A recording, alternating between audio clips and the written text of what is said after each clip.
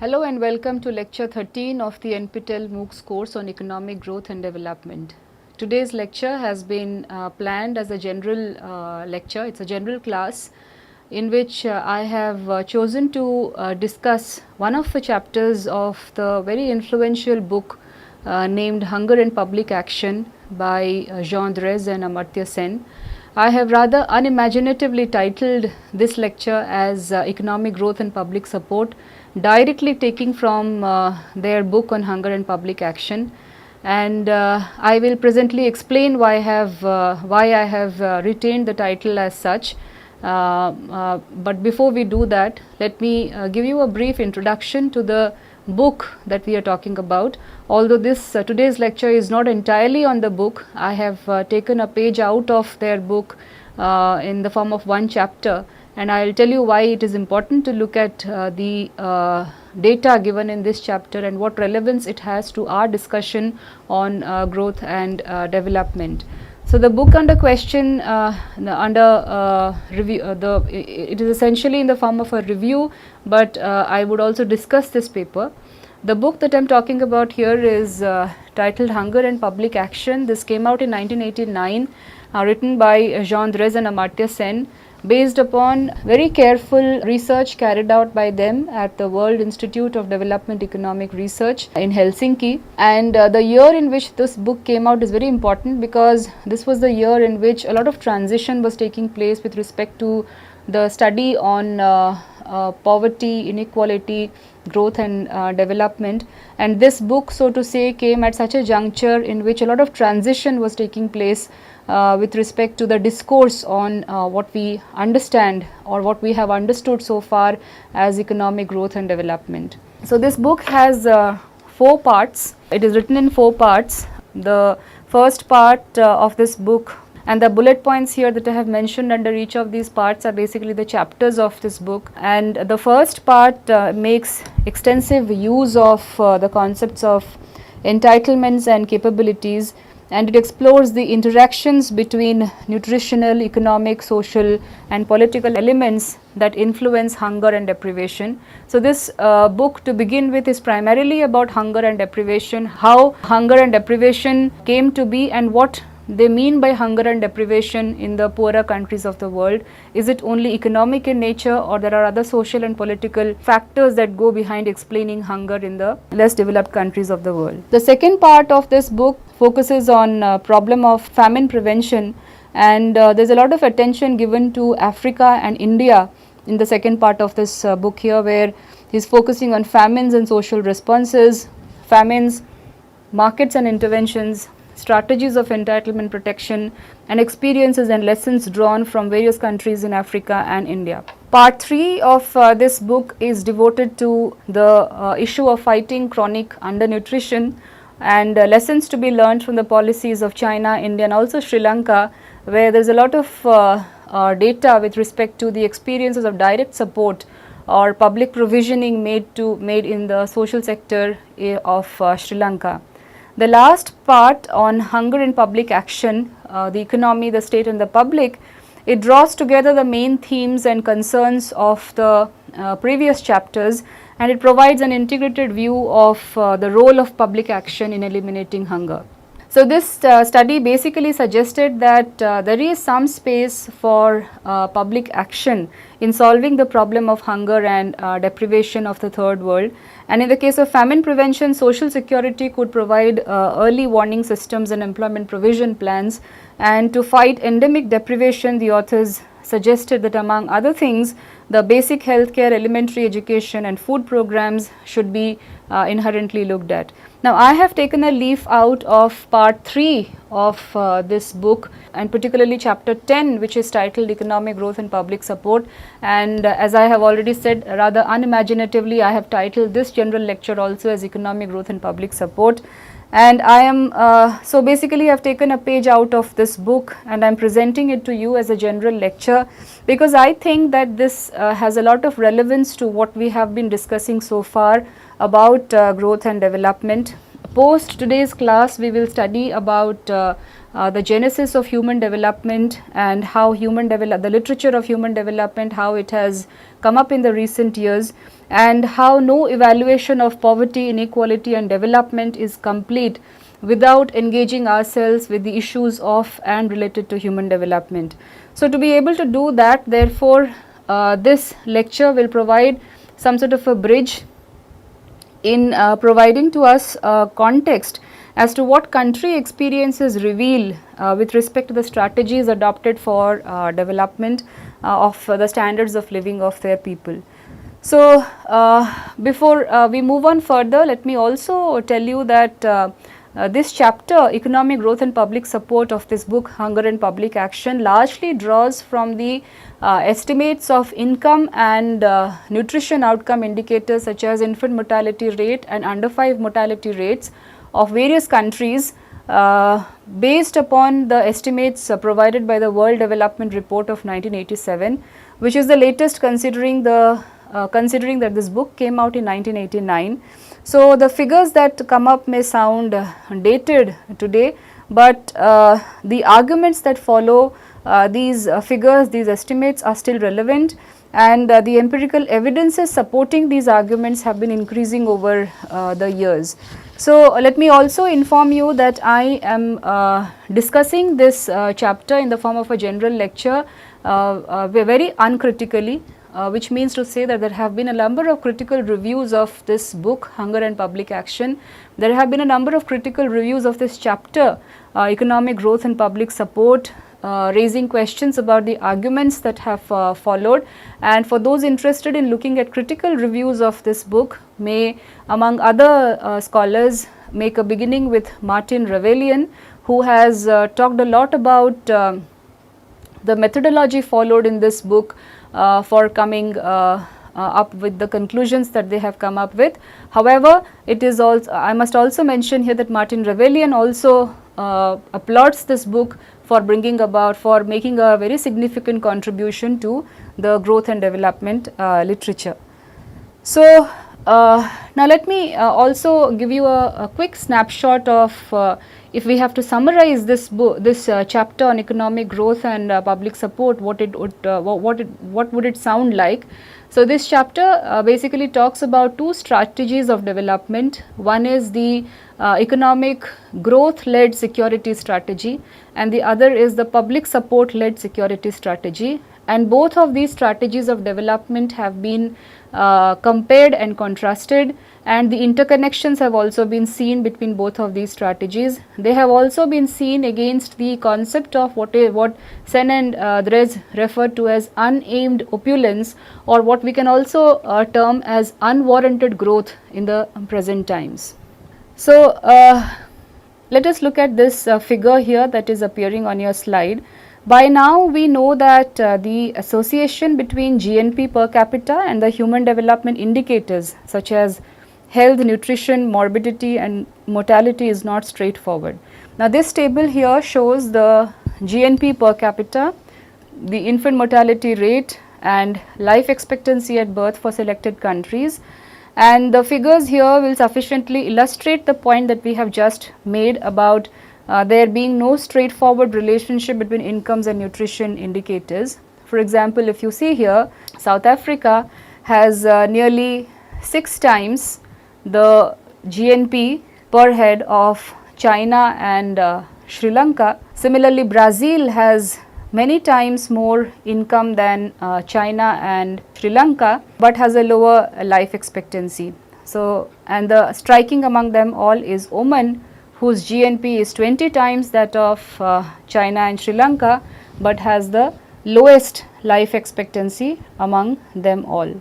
So, just to repeat here, South Africa, Brazil, very high incomes per head, Oman, very high incomes per head compared to China and Sri Lanka, but lower life expectancy at birth compared to China and Sri Lanka.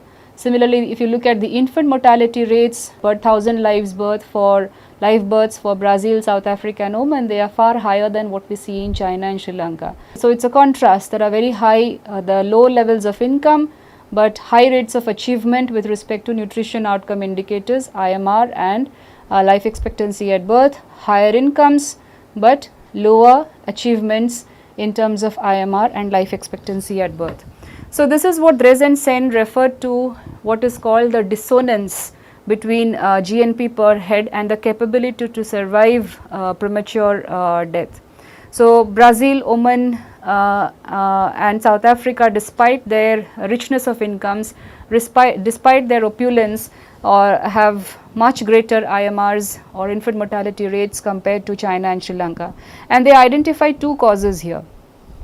The first cause that they identify is that while high GNP per capita may show that there is a lot of richness of incomes, these richness of incomes need not necessarily translate themselves into distribution of incomes over their population, or even distribution of income over their population. So while their levels of national incomes may be very high, the way the distribution of national income takes place within the economy, within the country, might be highly inegalitarian in nature, may be highly unequal in nature. So there is a lot of unevenness with respect to distribution of national resources or national income. So that's one of the reasons why this might happen, why the nutrition outcome indicators might come out to be very low, which means that people who do not have access to more incomes within these countries, let's say Brazil, for example, is a very striking case here. This has been highly cited in various literature coming up in this area, that Brazil is a highly unequal country, where the poorest population have very less access to national incomes within Brazil. The second reason that Dres and Sen identify through this illustration that they are showing here is that while people have command over private commodities by interacting in the market, with regard to public goods which have very large externalities, public provisioning may be very important. The public goods, the nature of the public goods are such that they cannot be freely traded in the market like the private goods, or even if they may be, there may be a lot of underconsumption of these goods or overconsumption of these goods as well. Therefore, the nature of public goods is such that it may warrant public provisioning. So, for example, education or health or sanitation facilities and so on. So, these are the two important causes they identify with respect to how to explain this illustration here. Now, to summarize this, while the relationship between GNP per head and nutrition outcomes may not be straightforward, that is also not reason enough to underestimate the importance of GNP per head. National incomes may go a long way in providing the required resources to the government to be able to translate the deprivation into a provision of basic capabilities. So, for example, the experience of different oil rich countries have shown us that they have very actively followed public provisioning of goods based upon the resources generated out of the oil industry in those countries. So, a high level of GNP per head may provide an opportunity for improving nutrition and other basic capabilities. So, what is crucial here is to understand that this opportunity that is provided to the governments in the form of increased opulence or increased national incomes may or may not be utilized for direct provisioning or for distribution of these resources, these incomes among their population. So, it is very important that the state, the government formulate redistributive policies that can go a long way in translating the opulence or translating the richness of incomes into the achievement of basic capabilities. Now, Dres and Sen also dispel a certain myth about Western countries, that there is a myth which says that the Western countries or the highly industrialized countries have in the past achieved very high levels of human development or very high levels of nutrition, such as the nutrition indicators such as life expectancy at birth, only based upon their incomes. So, the standards of living have risen because of their unprecedented opulence, because of the rise in incomes. So, Dreesen Sen dispelled this myth that Western countries have improved their life expectancy based purely on richness of incomes, and they argue against this by illustrating the history of longevity expansion in Britain and Wales in the 20th century. And this table here on your slide shows the increase in life expectancy at birth in England and Wales in each of the first 6 decades of the 20th century. This covers the period between 1901 to 1960, and it is important here that we are informed that the life expectancy figure in England in the beginning of the 20th century was no better than what we saw in the developing countries or what the developing countries experienced in the 1980s. And the increase in life expectancy, as you would see, was between 1 to 4 decades in each 1 to 4 years in each decade, except the 2 decades of 1911-21 and 1940-51, which were basically the 2 decades of 2 world wars. And these 2 decades here saw dramatic rise in life expectancy both for male and female, above 6 years in each of these decades here. And the decade of the and this was primarily because of public support, including public employment, food rationing and health care provisions. The decade of the 1940s, it has been recorded as the highest increase in British life expectancy. This period actually witnessed rapid transformation or rapid expansion of public employment, extensive and equitable food rationing, and it also saw the birth of the National Health Services in Britain. So, the largest life expectancy increases was actually registered for the post Second World War period, and that was possible primarily because of direct provisioning or support of the government towards providing basic social services to its people. So, through this illustration, Dreesen Sen clearly show how important social intervention and public support can play, the important role that social intervention and public intervention can play in expansion of a very basic capability in the history of the first industrial nation. Now, given the distinct though interconnected roles played by overall opulence and public activism in enhancing capabilities, it is now possible to draw in principle a comparison between what is the growth mediated security strategy of development vis-a-vis what is the support led security strategy of development.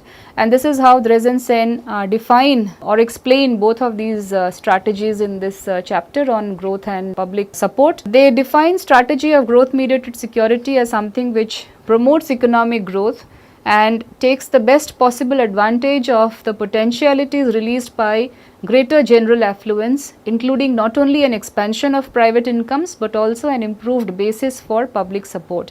So, this they call the strategy of growth mediated security. And the other alternative that they are referring to, the strategy of support led security, that basically means that the government is, you're resorting directly to wide ranging public support in domains such as employment provision. Here this is one of the key factors, income redistribution, healthcare, education, social assistance, in order to remove destitution without waiting for a transformation in the level of general affluence. And this is the key difference between these two strategies here, the growth mediated security strategy and the strategy of support led security, without waiting for a transformation in the level of general affluence. And here success may have to be based on a discriminating use of natural resources, national resources, the efficiency of public services and a redistributive bias in the delivery. So, strategy of growth mediated security relies on its overall opulence or the increase in opulence or the increase in richness of incomes to be able to create critical resources that can be spent on the welfare of its people, that can be spent on creating basic capabilities for its people, whereas support led security tries to bring about wide ranging changes through public support in the domains of employment, healthcare, education, social assistance, without waiting for a transformation in the level of general affluence. And that is the key difference here And that also means to say that the strategy of support-led security may resort to a discriminating use of national resources, which means that it will be based upon a lot of planning with regard to where the national resources need to be spent on, whether education needs more focus in a particular plan year, or health needs a lot of focus in a particular plan year, whether higher education needs a lot of focus in a particular plan year, and so on and so forth. Now, there have of course been detractors to both of these strategies of development. The detractors of the first strategy, the strategy of growth mediated security, have been arguing that any growth mediated security strategy of development basically leads to a lot of inequality within a country, which we have briefly seen in the last class. Where I took a very short reference to the Kuznets curve, where the experience of the industrialized countries have shown us that at the initial levels of economic growth, economic inequality increases, and that gives rise to a lot of deprivation within the economy. So, the detractors of growth mediated security strategy of development have complained about glaring levels of inequality within a country, and therefore, this need not be the most preferred strategy of development. Whereas the detractors of the strategy of support-led security have focused on the generosity provided to the poorer individuals within a country, and therefore which leads to a lot of wastage of national resources, and that adversely affects future growth prospects within the economy. So, while there are detractors on both sides, both strategies of development, Dress and Sen very carefully point out that there are interconnections as well as contrasts between both of these strategies of development, and one needs to look at both of these. One need not necessarily mean the exclusion of the other. The basic objective of both of these strategies of development may be to create basic needs, to meet basic needs or create basic capabilities for its people, and therefore there is a scope for public provisioning of goods and services. So, to be able to drive home this point regarding whether to follow the strategy of growth mediated security or support led security, they illustrate this through some inter-country comparisons of performances. Here in this table that is showing on your slide, you will see that the estimates show under 5 mortality rate, which is basically taking infant mortality rate and child mortality rate together. So, all those children who are below the age of 5, and the first column here shows the percentage reduction in under 5 mortality rate. The second and the third columns show the percentage growth rate of GNP per capita between two sub periods, 1960 to 1982 and 1965 to 1985. The fourth column shows the GNP per capita in US dollars for 1985, and the last column shows the level of under 5 mortality rate for 1985. Now, these estimates are taken from UNICEF and World Development Report of 1984 and 87. UNICEF had for the first time come up with, they had constructed the under 5 mortality rates for the period between 1960 to 85 for many countries across the world.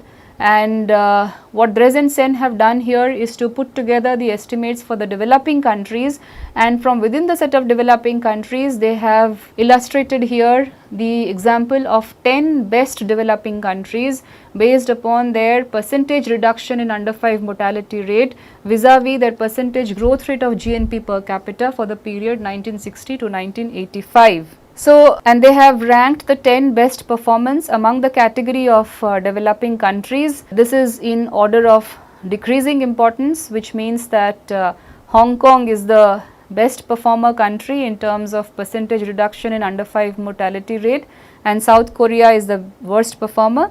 But remember that these are the 10 best countries among the group of developing countries. Now, they have then, after calculating the percentage reduction in U5MR vis-a-vis the percentage growth rate of GNP per capita for these 10 countries, they have divided these into two different categories or groups. One category is the countries that have followed the strategy of growth mediated security, and the second is those that have followed the strategy of support led security. The green highlighted countries here that I have highlighted on your slide are the countries that have followed the growth mediated security strategy, and the others are the support led security strategy. And the growth mediated security has been an important part of the experience of Hong Kong, as we all know, Singapore and South Korea.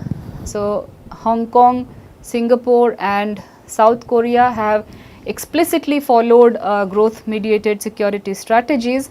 And also note here that these three countries were among the 5 fastest growing economies in the world during this period under consideration, which is 1960 to 1985, and that is in terms of the growth rate of real GNP per capita. You would see that I have marked UAE and Kuwait under a light green highlight here. Now, these two countries, these are the oil rich countries, UAE and Kuwait. They can also be broadly put in this category, although their growth rates were significantly lower than Hong Kong, Singapore and South Korea during this period 1960 to 1985, and therefore they are not comparable in terms of their growth rates. However, they can be put, they did follow growth mediated strategies and have been seen as being able to reduce their under 5 mortality rates and improving their general levels of nutrition within the country.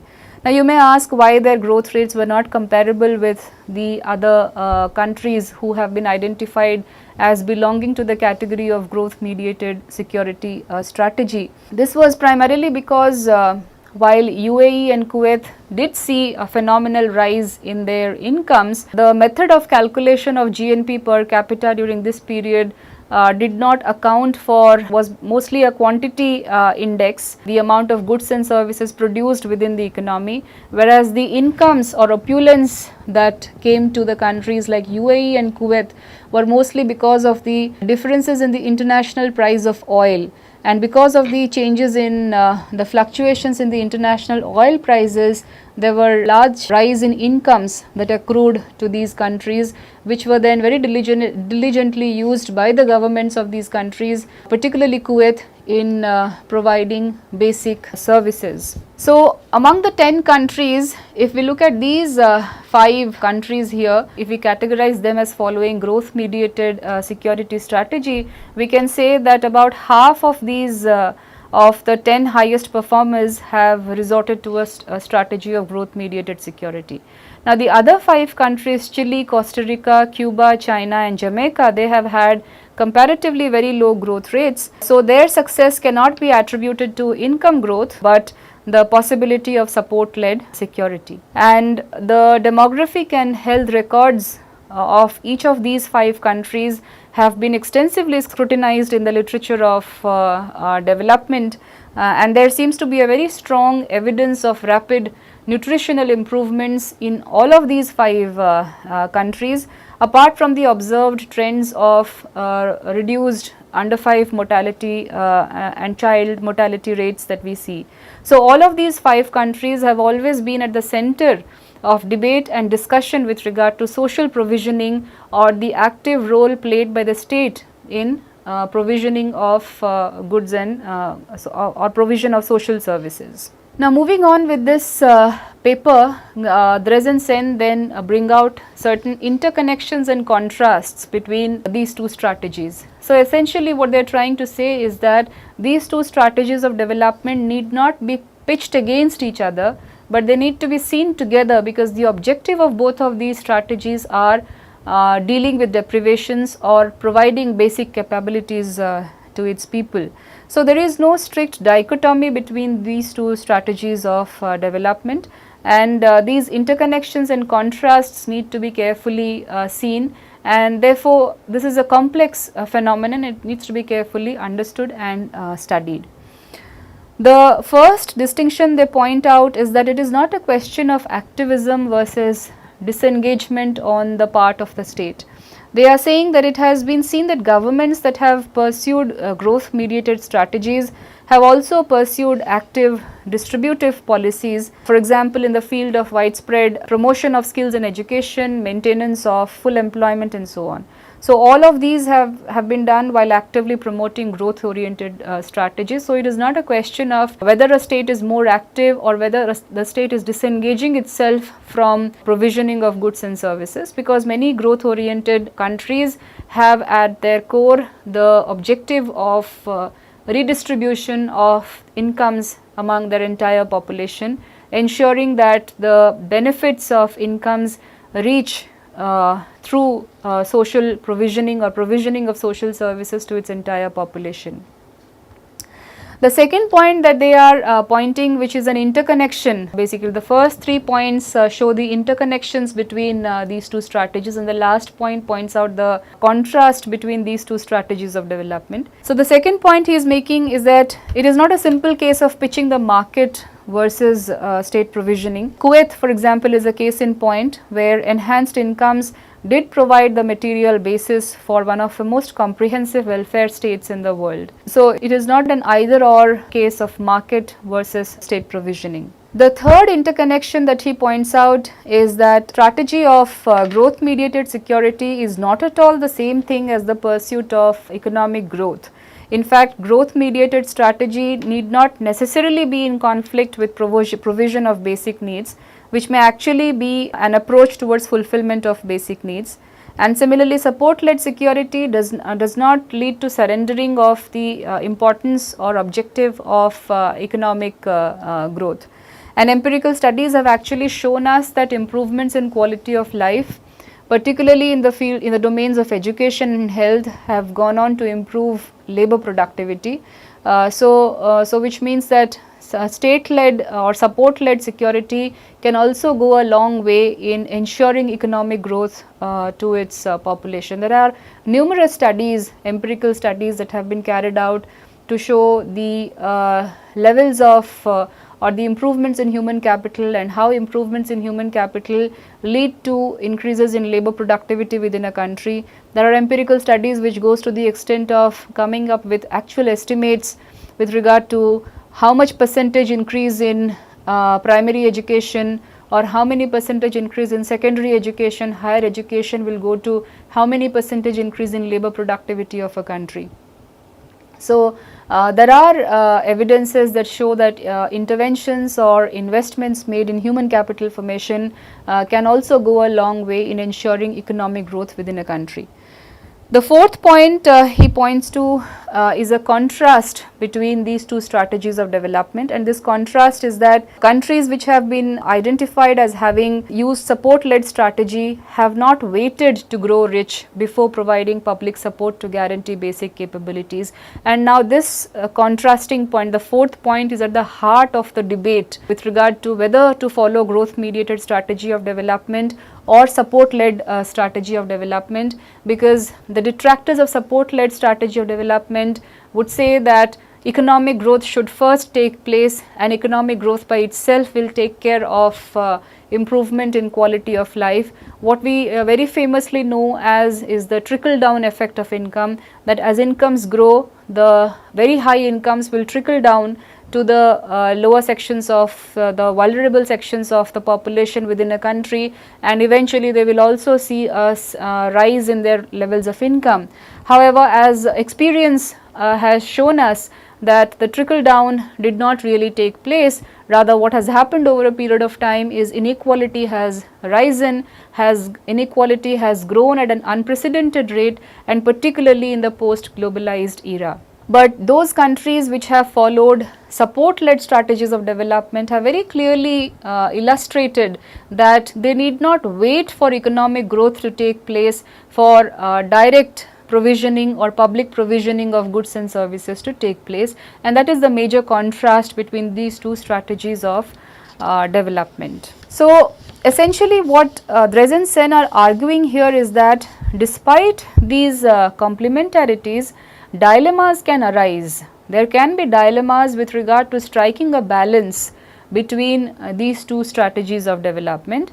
And why is it so? The question regarding the dilemma is that because both of these strategies make a heavy demand on public resources. Both of these strategies make a very heavy demand on public administration capabilities. So, which means which strategy to follow for development will depend upon how much demand the state or the people are making on the national resources of a country, and that is where the dilemma is. Now, Drezen Sen have also very carefully tried to locate the difference between growth mediated security and what they refer to as unaimed opulence. In the terminology of growth that we have been studying so far, we can also refer it to as unwarranted growth. So, another way of putting this question would be, is unaimed opulence or is unwarranted growth desirable, or is growth mediated security desirable? And that is what brings us to the difference between growth mediated security and unaimed opulence. Now, in many cases, an important part of the difference between growth mediated security and unaimed opulence relates to the expansion of employment opportunities.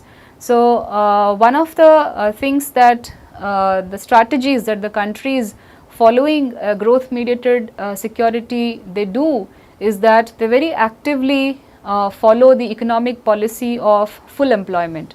And if you recall from the previous classes regarding the definition of full employment, that basically means that there is no scope for involuntary unemployment, or in other words, those who are seeking employment, those who want to be employed within an economy find employment. So, which means that there is no massive open unemployment within an economy, there is no involuntary unemployment within the economy.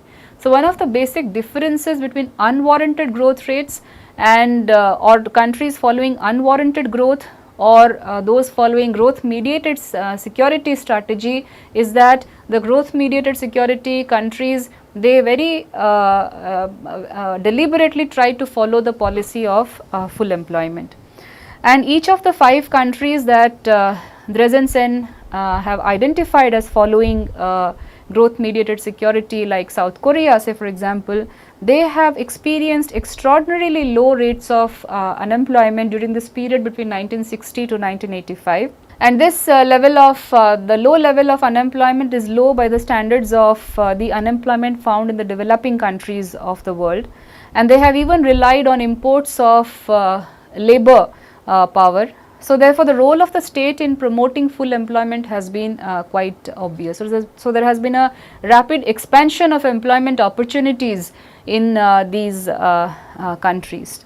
They take the contrasting example of Brazil and South Korea to explain this point. Brazil has had very high growth rates, but Brazil also is a highly unequal country. So, the lowest quintile of the population has access to only about 2% of its national income, and this is backed by empirical data which is provided by them in their book. Whereas in South Korea, there has been extensive employment promotion through labor intensive industries, encouraging labor intensive industries that have also maintained a comparative advantage of labor intensive manufacturing. They have done a lot of investments in education, skills development, training, along with supplementary public programs. Similarly, the welfare state model of Kuwait went to the extent of guaranteeing a job in the public sector to every Kuwaiti who is not employed in the private sector.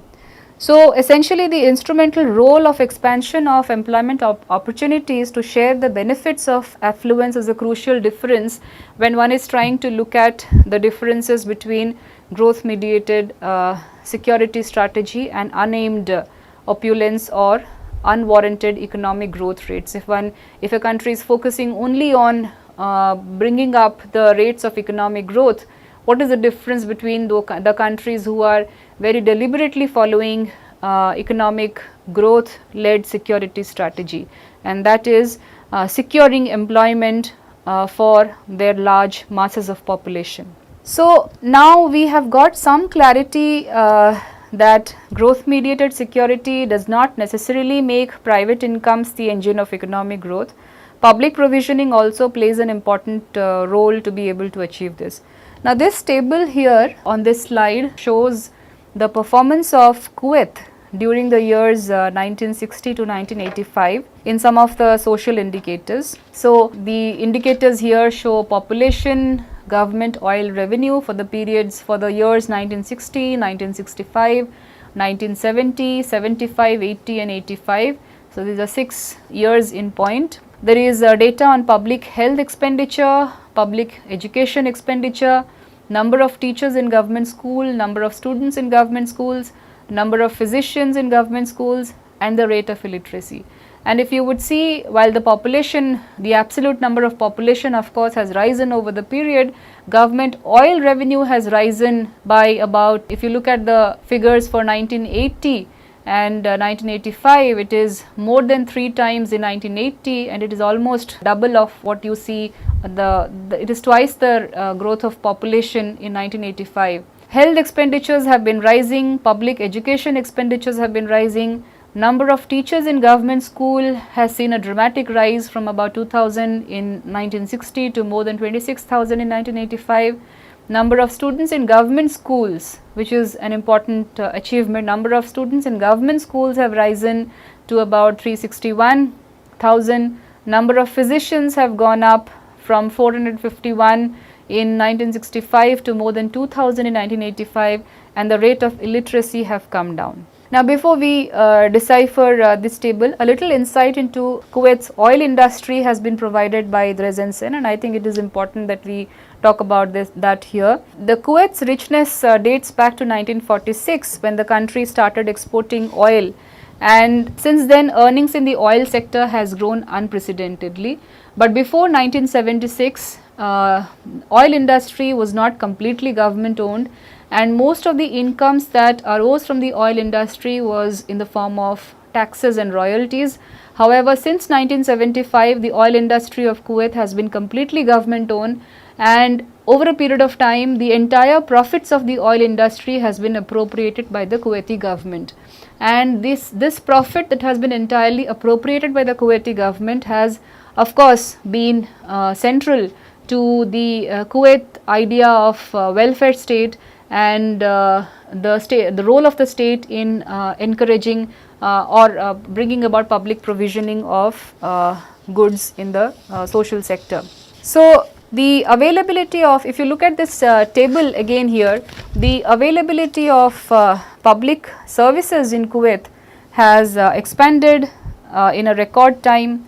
There has been compulsory, if you look at the policies followed by the Kuwaiti government in 1965, it followed the policy of compulsory school attendance combined with free education, free books, free meals, free transport, even free clothes, and that lured the younger generation to schools in spite of the fact that there was conservative resistance to educating girls in this country.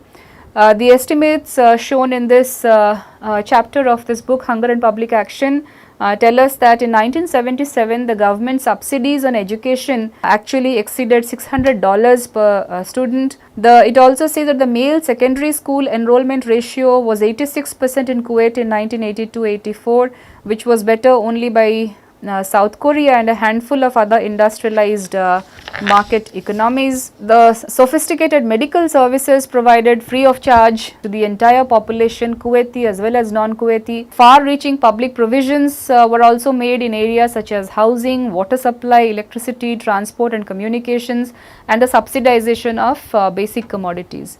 In addition, Kuwait also had a system of large-scale direct transfers and financial help to low-income families, which is by any standards one of the most generous in the world.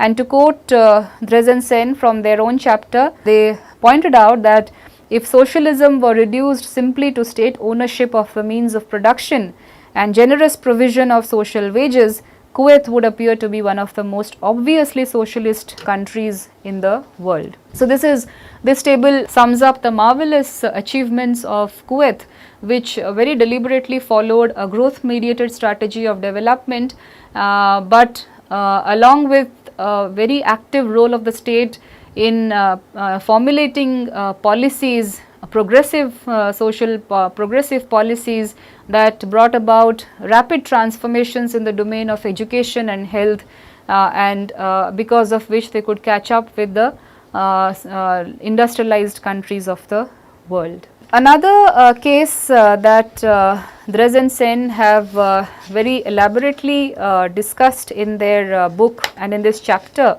economic growth and public support, is of South Korea. This table here shows the achievements of South Korea between 1960 and 1985, and again this shows the infant mortality rate, the height of children aged 6, which is basically an anthropometric measurement. So it's a nutrition achievement indicator. It also shows the incidence of poverty, the Gini index of income inequality, unemployment rates, index of real wage rates. Basically it tells us the levels of wages, the industrial wage rates in the economy, and the secondary school enrollment. So if you read this table from the top to bottom from 1960 to 1985, you see that the infant mortality rates have come down dramatically. Anthropometric measurement of children, the height of children within the age of 6 for both male and female seem to have increased. Now increase in height is one of the very important nutrition indicators of good health of children. So while IMR has been declining, the anthropometric measurement of height for age shows that there has been an increase. And remember that South Korea has been dubbed as an economic miracle, has been dubbed as one of the East Asian countries which has seen rapid rates of transformation in the economy in a very short span of time. Incidence of poverty has come down dramatically from 41 to 7% in 1985. Compare and contrast this to India, where the Indian poverty rates are still about 29% as of today. Gini index shows that levels of inequality have been low and it has been declining by small percentage points. Unemployment rates have come down and they have been maintained. Wage rates have been rising and secondary school enrollment rates have also been rising. Now it is important to remember here, as pointed out by Dress and Sen, that before 1976 South Korea had no public healthcare system, they had no form of broad based medical assistance or medical insurance schemes in healthcare. Healthcare was primarily provided by private professionals and in the form, and especially pharmacists. South Korean government had consistently rejected the welfare state model, and so this will give reason enough to conclude that the South Korean miracle points to of improvements in quality of life is mostly a private enterprise doing. It came about because of the efficiency of the private enterprises or the efficient functioning of the markets. However, Dress and Sen bring out some serious qualifications to this conclusion, serious qualifications that need to be kept in mind before coming to these conclusions regarding the South Korean miracle. First, they point out is that South Korea in the 1940s already had a base for equitable growth. And how? This was primarily through a relatively equal distribution of assets, particularly education and land.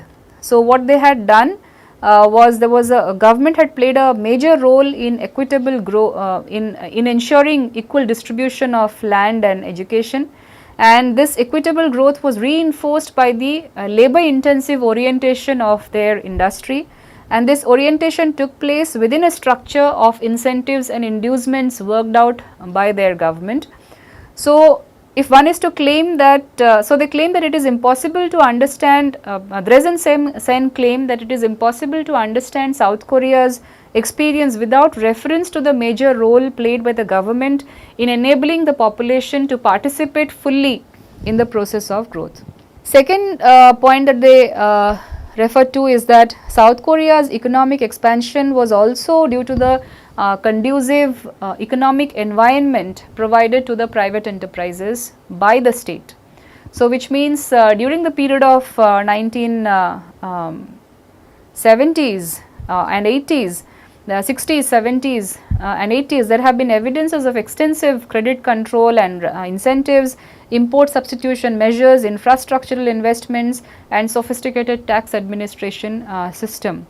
And they also show that South Korean government had actually had regular 5-year plans, have had regular 5-year plans since 1962, and they have very efficiently tried to implement these 5-year plans as well. So if one is to say that the South Korean growth experience or what has been dubbed in the literature of growth and development as a South Korean miracle, has been without any government intervention, it is it is a misnomer, it is an overstatement. And so the South Korean miracle with respect to income growth needs to be very cautiously approached, as illustrated by Dress and Sen. Now, this is about the growth, the countries which have seen growth mediated which have adopted growth mediated strategies of development. It also makes sense to see how the countries that were identified as following support led security strategy of development have performed in contrast to those countries which have had more or less similar levels of GNP per capita or income per capita. The countries that they had identified were China, Jamaica, Costa Rica, Chile and Cuba, and here this table here shows the figures for this table is in two parts. The first part here shows the figures for China, Jamaica, Sri Lanka, Guyana, Costa Rica, Burma, Chile, Mauritius, Hong Kong and Madagascar, but we will focus on these 5 countries here: China, Jamaica, Sri Lanka, Costa Rica and Chile. And it is important that we know that these countries that were identified here, they have deviated from the standard relationship between GNP and mortality. Basically, China, Jamaica, Costa Rica and Chile have been able to attain very low rates of improved rates of under 5 mortality in spite of having low rates of growth rates of GNP.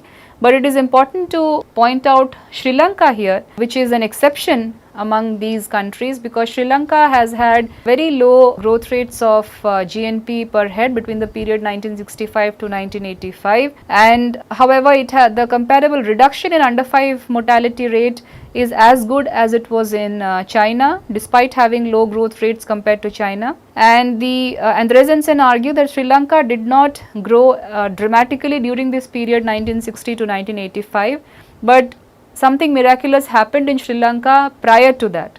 So according to them, accelerated breakthrough in mortality reduction took place in Sri Lanka in the 1950s and the 1940s. There was rapid growth of public support in the form of free or subsidized ration, expansion of public health services and so on. And these breakthrough in expansion of health services and public services in Sri Lanka led to a rapid expansion of or improvement in living standards of people within the country. So and this can be largely attributed to decades of rapid growth of public support in the form of free or subsidized distribution of rice, public health services and so on. So the Sri Lankan country has had a different time pattern from other countries, and Sri Lanka's pioneering experience has been of great general interest among the different countries of the world. And this has Sri Lankan experience has also been shown as one of the important case studies in studying growth and development in the period of the 1990s and the 2000s. Now, to conclude this lecture on economic growth and public support led security strategies of development, these are the 3 main points that Dress and Sen are making. They are saying that whether immediate and extensive measure of public support in a poor country lead to slower economic growth is an extremely complex question, and it needs to be dealt with very cautiously. The interactions between public support and economic growth include not only dilemmas and trade-offs, but they also include many positive links. But if the focus is more on the dilemmas and not on the positive links, then there will not be much scope left for public support in bringing about or providing basic capabilities to people. So what is worth noting here is that given the very large growth equivalent of public support, only the trade-off between public support and economic growth would seriously undermine the case of extensive involvement in public support at an early stage of development. So while there are trade-offs and there are interconnections. It is important that we look at the interconnections between public support and economic growth, so that sufficient importance can be given to public support at an early stage of development, because the experience of some of the poorer countries of the world have shown that while their economic growth rates have not risen dramatically, because the state has played an important role in providing to the social sector, they have been able to achieve very high levels of human development. I will see you in the next class. Thank you.